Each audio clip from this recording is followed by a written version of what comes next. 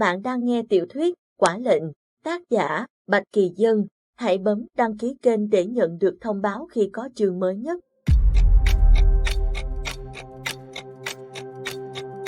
Chương 40, trong mắt anh, ba người cho xe chạy tới bên cây cầu dẫn tới bán đảo Tạ Liên, gần thủ phủ nhất, đổ tại nơi khuất, có thể quan sát phía sau lưng của tòa nhà.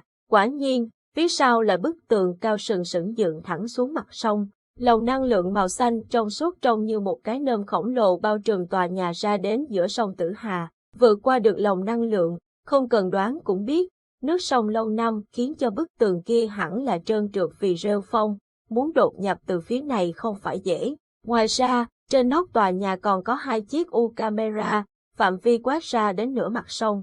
Tống Huy đưa cho mỗi người một viên oxy thở dưới nước. Đây là loại oxy nén dành cho lính thủy đánh bộ. Mỗi viên uống vào sẽ được cung cấp một lượng oxy kéo dài 15 phút. Triệu Thanh đón lấy viên thuốc cho vào miệng, không khỏi cảm thán. Đúng là điệp viên cấp quốc tế có khác, cậu kiếm đâu ra thứ này. Lúc lấy ba lô cho Victor, tôi tranh thủ cưỡng cả hộp của anh ta. Tống Huy thản nhiên nói rồi đưa cho mỗi người một viên nữa, cho vào túi chống nước. Lúc trở ra chúng ta cần sử dụng. Làm xong mấy việc đó, Mã Linh phát vũ khí, dây móc cho cả ba người. Tống Huy cầm 2 khẩu SVK-250 nhét vào bao đai đeo an toàn quanh bắp đùi. Mã Linh đưa cho hắn thêm một con dao quân dụng, hắn đón lén nhét vào bao. Tôi thấy này đủ rồi. Triệu Thanh, thuốc nổ NT7 để cẩn thận chút. Mã Linh, cô mang thêm đạn đi, sợ rằng sẽ phải dùng nhiều đấy. Tống Huy nhắc nhở. Mã Linh lấy thêm đạn lại cầm theo mấy trái lựu đạn hàng mẫu rồi cả ba xuất phát xuống bờ sông. Nước sông hôm nay có vẻ ấm hơn. Ba người lặn sâu xuống đáy, dùng thiết bị mà Nhạc Ly chuẩn bị sẵn, phá sóng khoét một lỗ trên lòng phòng hộ sát dưới đáy sông, chui qua, vượt qua đoạn sông từ cây cầu dẫn đến bên sườn tòa nhà chỉ trong vòng 10 phút. Triệu Thanh ra hiệu cho Tống Huy, Mã Linh áp sát bức tường trơn trượt để tránh U camera. Anh nhằm gờ tường tầng 2 tung móc sắt rồi bắt đầu đu lên.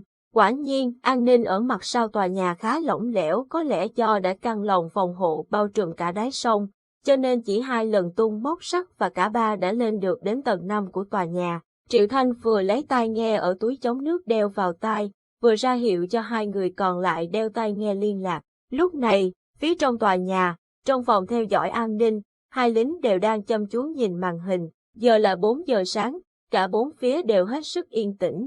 Họ liền quay sang tán gẫu. Tại tầng 5 có một căn phòng khá rộng, có tất cả 5 lính canh, chia 5 góc đứng gác. Triệu Thanh ngó vào trong, liền ra hiệu cho Tống Huy và Mã Linh. Tôi xử 2 tên ở giữa, Tống Huy 2 tên hướng 9 giờ và 12 giờ, Mã Linh 1 tên hướng 3 giờ. Cả ba giơ ngón tay, bắt đầu vọt lên khỏi gờ tường, tung người vào trong phòng. Triệu Thanh nhanh chóng dùng dao xử gọn 2 tên hướng 7 giờ và 4 giờ, 2 thân hình đổ ụp xuống không một tiếng động. Không hổ là đội trưởng đội điều tra đặc biệt, ra tay rất mau lẹ và dứt khoát. Tống Huy còn thần tốc hơn, không biết hắn thực hiện động tác gì mà cả 2 tên tiếp theo đều gần như đổ gục cùng lúc. Mã Linh hạ tên còn tại dễ như ăn kẹo, cả ba cầm súng trong tay, từ từ tiến lại lối hành lang hướng 12 giờ.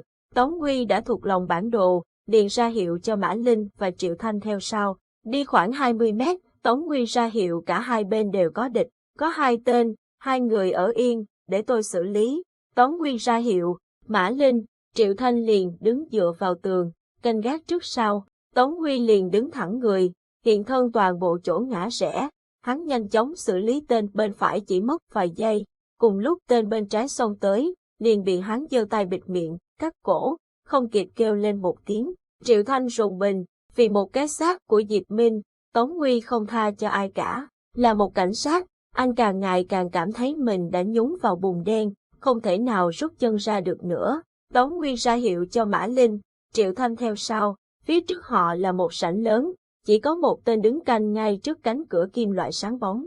Tim Tống Huy đập dồn, hắn nhẹ nhàng rút con dao quân dụng trên đùi. Triệu Thanh bắt lấy tay cầm dao của hắn, trừng mắt nhìn hắn, đừng giết nữa. Tống Huy lắc đầu, nếu không xử lý dứt điểm, hệ thống báo động sẽ kêu trước khi họ đặt thuốc nổ vào cánh cửa kim loại kia. Hắn gạt tay anh ra, lạnh lùng nhìn chằm chằm vào lính canh đang ở cách đó hơn 10 mét, và Tống Huy ra tay, con dao quân dụng bay vút đi, cắm phập vào yết hầu lính gác, khiến cho hắn ta chỉ kịp ôm lấy cổ họng, mắt trợn ngược lên nhìn về phía bên này, từ từ dựa vào bức tường, trượt xuống, máu trào ra từ cổ họng. Tống Huy đẩy Triệu Thanh, mau làm đi, đưa anh ấy ra.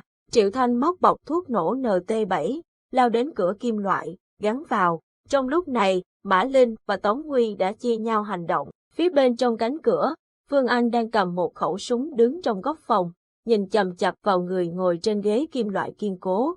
Anh ta thầm nghĩ, căn phòng này được bao bọc bởi kim loại dày tới 50cm, hơn nữa người kia còn bị khóa chặt trên ghế, hai tay đều đeo găng tay kim loại, mắt đeo kính cản sóng não, vậy mà tổng tư lệnh còn cắt cử anh ta đứng đây canh gác nửa ngày, thật sự khiến người ta ngột ngạt. Bỗng anh ta nghe thấy tiếng gì đó phát ra bên ngoài, rất nhẹ, liền ôm súng đến sát bên cửa, vươn tai lắng nghe.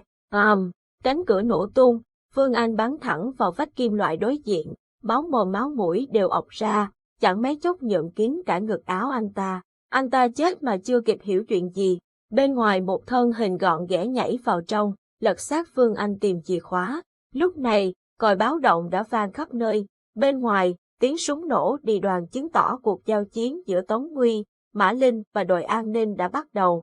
Triệu Thanh lúc xông vào, qua làn khói bụi, anh chỉ liếc qua thấy Diệp Minh bị trói trên ghế, hoàn toàn không nghĩ đến việc anh còn sống hay đã chết. Sau khi móc được chìa khóa, liền chạy tới. Diệp Minh, cảm ơn cậu. Lúc này Triệu Thanh mới giật mình, tay đang mở khóa chân cho anh liền ngã ngồi về phía sau. Mẹ kiếp, dọa ma tôi à, anh chưa chết sao? Ôi trời! Triệu Thanh vừa nói vừa lao đến mở khóa tay cho Diệp Minh, quàng súng ra sau lưng, dùng cả hai tay định bế Diệp Minh lên. Không ngờ, sau khi được mở khóa, Diệp Minh liền đứng dậy, trên tay vẫn là hai chiếc găng kim loại Wolfram, nhanh chóng ủng Triệu Thanh ra ngoài. Đi mau! Triệu Thanh, ôi đệt, anh vẫn còn đi được. Diệp Minh đưa cả hai tay bị găng kim loại bịt kín lên, đập một nhát, cái kính ngăn sóng não trên mắt anh văng ra, vỡ vụn. Anh đã vọt ra đến cửa. Triệu Thanh bàng hoàng nối gót theo sau. Này, chân anh không phải là bị xe rơi trúng rồi sao? Còn hai phát đạn vào lưng. Anh là người hay hồn ma? Diệp Minh không nói gì, lao ra ngoài. Phía bên ngoài, đạn bay như mưa. Anh liền giơ hai tay lên đỡ đạn. Đạn bắn vào kim loại tóe lửa. Triệu Thanh áp lưng vào lưng anh, quay bốn phía nhả đạn. Tiếng Tống Huy gào lên trong tai nghe của Triệu Thanh. Triệu Thanh, tìm thấy anh ấy chưa? Rồi, tôi đang ra, yểm trợ. Tống Huy vừa bắn, vừa cận chiến, dùng cả dao, lần lượt hạ gục hơn 20 tên. Mã Linh cũng nhanh không kém, đứng chặn ngay lối cầu thang đi lên, xả súng quyết liệt. Trong vòng vài phút, cả căn phòng dày đặc sát người. Phía bên dưới tòa nhà, tiếng còi hú ầm ĩ. Mã Linh liền lao ra cửa sổ nhìn xuống. Cô nghiến răng, ôi đệt, dễ đến cả tiểu đoàn. Mã Linh gào lên, mau lên, chúng có thêm tiếp viện. Tống Huy nói, Triệu Thanh, tôi vào giúp anh đây. Triệu Thanh hét, ở yên ngoài đó, tôi lo được. Tống Huy ở bên ngoài thấy Triệu Thanh nói vậy, đầu thoáng nghĩ vác theo một cái xác, làm sao Triệu Thanh lo được, không phải là mang xác Diệp Minh ra làm bia đỡ bạn đấy chứ. Tống Huy thất thần lao vào, Triệu Thanh vừa nói xong đã một mình xông ra phòng trống, nhìn thấy đống xác nằm la liệt, anh đưa mắt nhìn Tống Huy, trong lòng không khỏi kinh hãi, 1-100. Không phải là truyền thuyết đấy chứ. Lúc này Tống Huy đã nhìn thấy Triệu Thanh chạy ra một mình, tim hắn liền rớt xuống một mạch. Diệp Minh đâu? Hắn gào lên, lẽ ra Triệu Thanh phải ôm theo xác của Diệp Minh mới phải chứ. Đúng lúc này, Diệp Minh từ phía sau chạy tới, vừa nhìn thấy Tống Huy, anh đứng khựng lại, chôn chân một chỗ, cách nhau 20 mét xuyên qua căn phòng rộng. Hai người đàn ông đứng chết chân nhìn nhau không chớp, họ, trước đây mấy phút, vẫn từng cho rằng người kia đã chết, không ngờ, ngay trước mắt họ, người kia vẫn còn đứng đó, bằng xương bằng thịt, mặt đối mặt, mắt trong mắt, nhìn nhau như vừa trải qua một kiếp người. Mã Linh thấy cả căn phòng đột nhiên đóng băng, liền quát lên, này, hai người có định ôm hôn nhau thì làm lẹ đi, tôi không muốn chết. Trong lời nói còn chứa đựng cả nỗi uất ức của một chiếc bóng đèn sáng chói. Diệp Minh giật mình bừng tỉnh, liền lao về phía Tống Huy, đẩy hắn tới dây móc bên cửa sổ. Tống Huy sau một phút bàng hoàng, liền đẩy anh lên trước. Anh đi trước đi, tôi bọc hậu. Hắn ra hiệu cho Mã Linh, Triệu Thanh, hai người xuống đi. Diệp Minh níu lấy Tống Huy, không, chúng ta cùng đi. Tống Huy nhìn đôi tai đeo găng kim loại của anh, đau lòng nói, được, cùng đi với anh.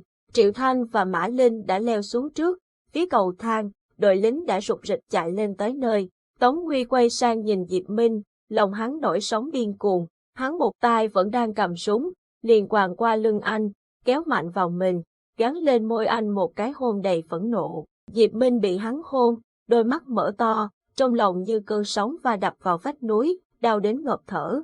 Mã Linh vừa tụt xuống lại leo lên, Tống Huy, đưa tôi viên oxy. Ôi đệt, bọn gây khốn kiếp. Mã Linh vừa ăn đủ cơm chó, lại tụt xuống theo Triệu Thanh, quyết định nín thở lặn qua sông. Tống Huy thả Diệp Minh ra, nói, đi, về tôi sẽ tính sổ với anh. Hắn ôm anh, bám vào dây, nhảy xuống dưới.